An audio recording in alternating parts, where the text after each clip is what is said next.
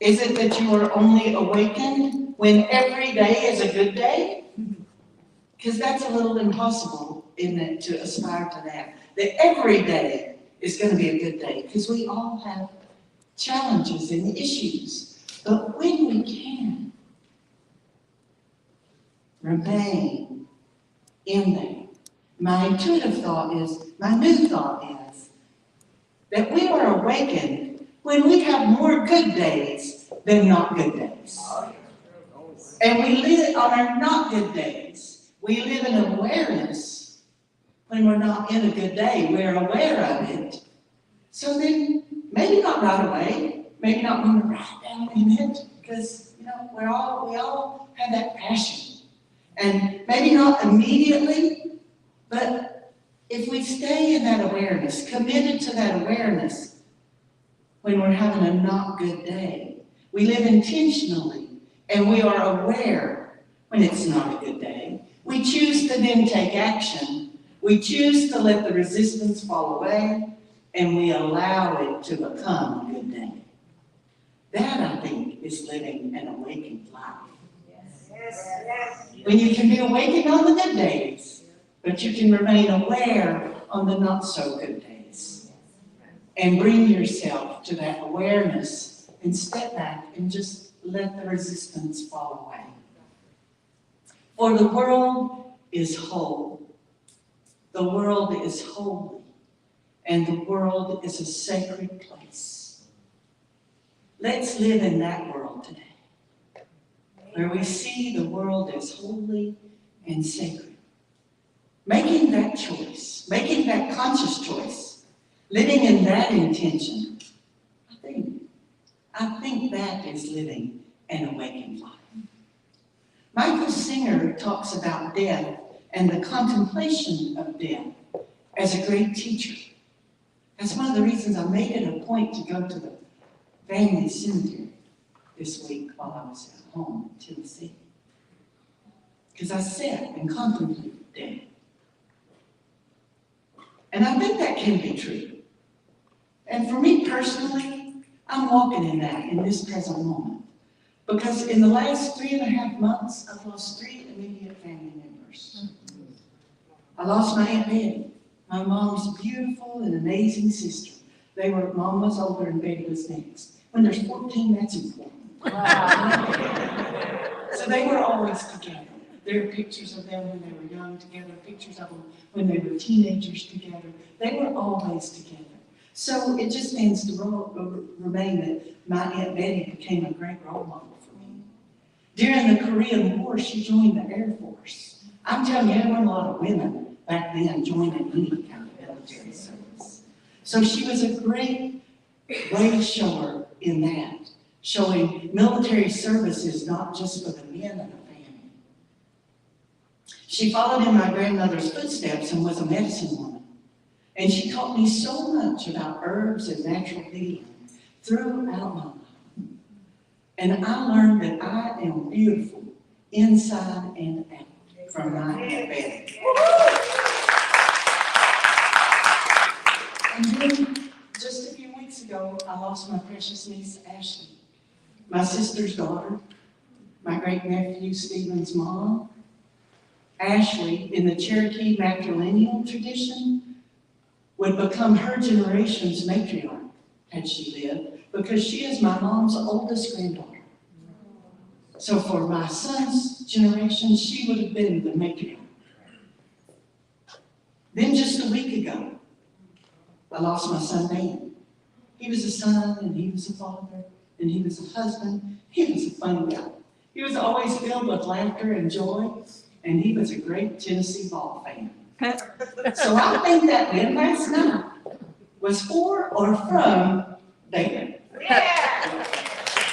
And he said, one of his passions was Civil War reenactment. He loved to do that. He had a full, bona fide, original costume, and that was important to him to find that the buttons were original and all the pieces and parts were original. He was so into it. It was a passion for him. And just yesterday, in our family cemetery, he was laid to rest. And there was an honor guard there of guys both in blue and gray uniforms, sending him to his 8th grade ongoing. So contemplation and reflection of death can be a great teacher in life. Just don't get lost in that sea. Just don't get lost in that sea. Bring your boat ashore and know that there is joy in knowing that they are always with us. They have just sailed outside. But bring your boat to the shore. Don't keep it adrift out there in that sea. So it comes to the question, do you want to be happy or do you want not to be happy? If you say, I want to be happy, I'm telling you, you gotta mean it. You gotta mean it. You have to use your tools every day to be happy. It's an intentional way of being. It's an intentional way of living. Because there are things that can come up every day that can make you not happy. You'll be required to be present. Present in the now. Present in life. Give yourself that present to say, I will be present and I will be happy. In the words of Master Uguay, even children know, yesterday is a mystery. Yesterday is history. Tomorrow is a mystery. And today is a gift. And that's why they call it the present. The path to happiness, the path to an awakened life is the day-to-day practice. Everyday, continuous journey and commitment. There are infinite possibilities and endless opportunities, and it takes practice. I'm always reminded of those infinite possibilities and endless opportunities when I step on a college campus. So this Friday night, I officiated volleyball at UCF in Orlando. And they were playing Temple University, and it was televised on ESPN. So I was I'm usually very confident, I walk in very confident, but this was my first D1 match of the season, my first match that was going to be televised live. And so I was the official that would have to do any challenged replay plays. and we had a few rule changes. So we do the pre-match, and I go, okay, come me out here. We're going to do this, we're going to do this. Yeah, that's what we're going to do. Okay, I'm good there. I'm good. Because we're all human. There are infinite opportunities and endless possibilities. And I see that, I feel that vibe on the college campus because all those young people are there. They are living in that world of infinite opportunity, endless possibilities. They live it every day, right there. They're in that point of their life. So it's always a wonderful, just take the breath in and just breathe it. So honor yourself through that journey. Do not be so hard on yourself when you fail to do your best. Because we're all human. We're all human. We fail, we succeed. We love, we get our hearts broken. We make mistakes, we win. We struggle, we fall down. We uniquely have the ability to use our will to get back up, to try again, to pivot and step when needed. Be kind to yourself through that process. Be kind to the people you love, for love does not hurt.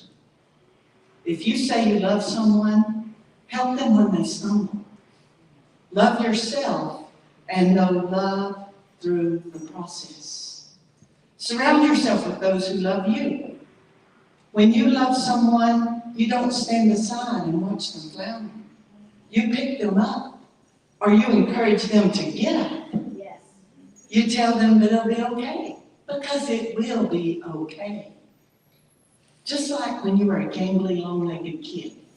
Well, all right, when I was a gangly, long-legged kid, trying to grow into those legs. When I had legs were 3/4 of me. I think I grew into them. But there was a time when I was all legs, and I was trying to catch up with that. And I failed a lot, skipped my knees a lot. And Mom or my big brother Steve would come running, and then they'd have that pause. They'd either help me up or say, come on, get up, you're all right. That was my brother Steve. Come on, get up, you're all right, come on, I'm going to go on. And I knew if I didn't stay with him, he could keep going. Mom wouldn't make him wait on me. So I'd get up and go. And Mom would say, it's okay, you're good. It's okay, you're okay.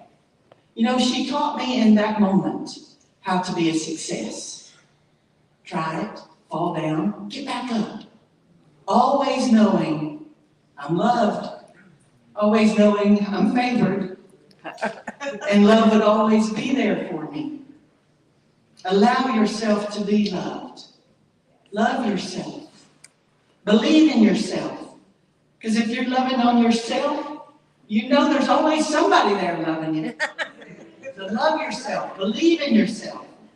And let others love you. Sometimes we have trouble with that. We love freely, but we don't allow someone else to love us freely. Let them believe in you too. Be successful. Be awakened.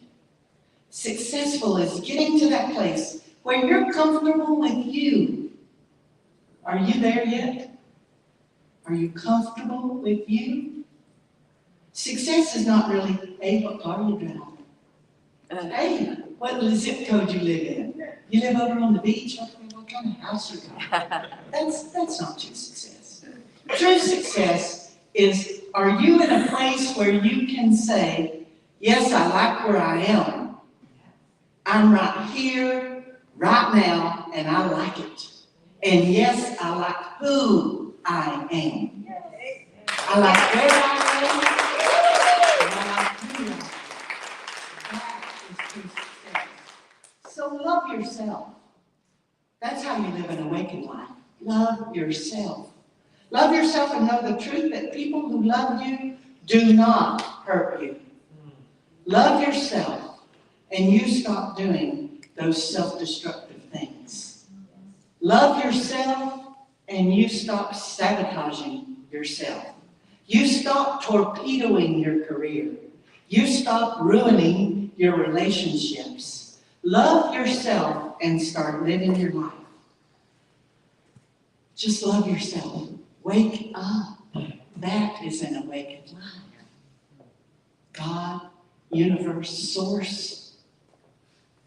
How can I be used in service to myself? There should be all of us asking that question to our source. How can I be in service to myself? And then ask, how can that service serve others and in the world? Yes, yes.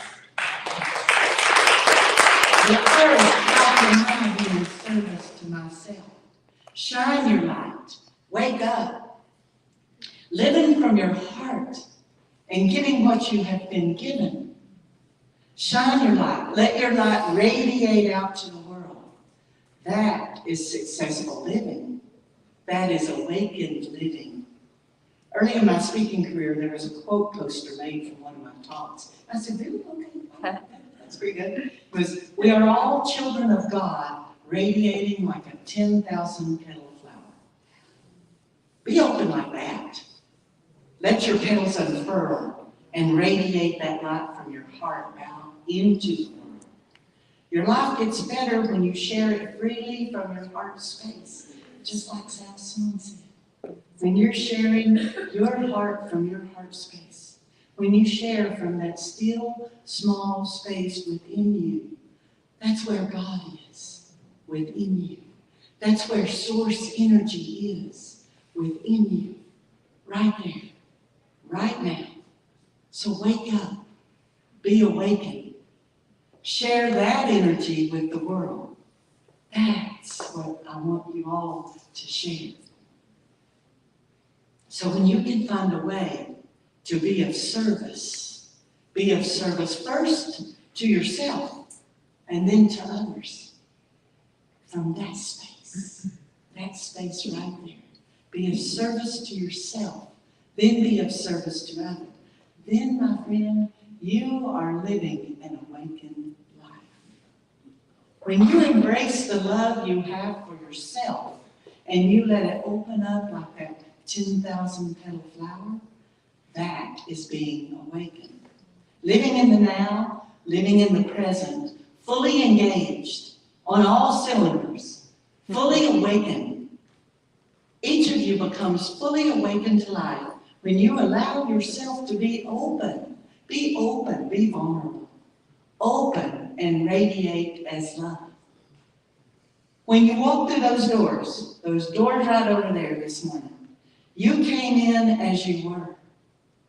You're going to walk out those doors changed because you cannot unhear these words. Amen.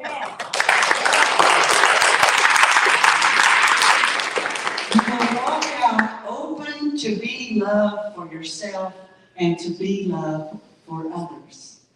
What does that look like for you in your awakened life?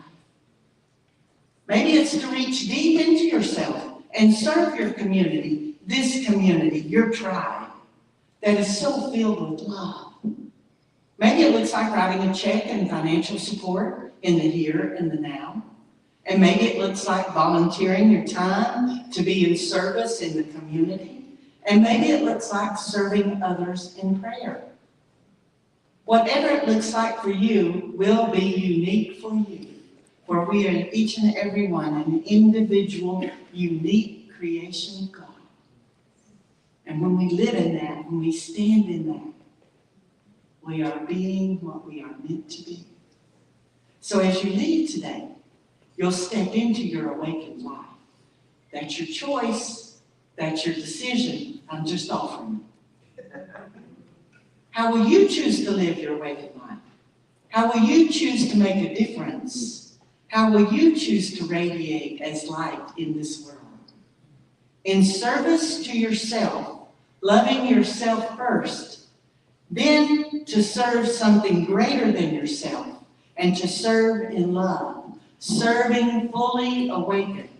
When you awaken yourself, you awaken the world, and you will receive what you give 100-fold. I guarantee it. It's a law. It will come back to you. Spirituality is the commitment to go beyond. To go beyond, like I shared in week 4 of this untethered journey. Spirituality is the commitment to go beyond. So now we're putting it all together, all those weeks, all those messages, all that information in the book, and saying, be love and live that awakened life.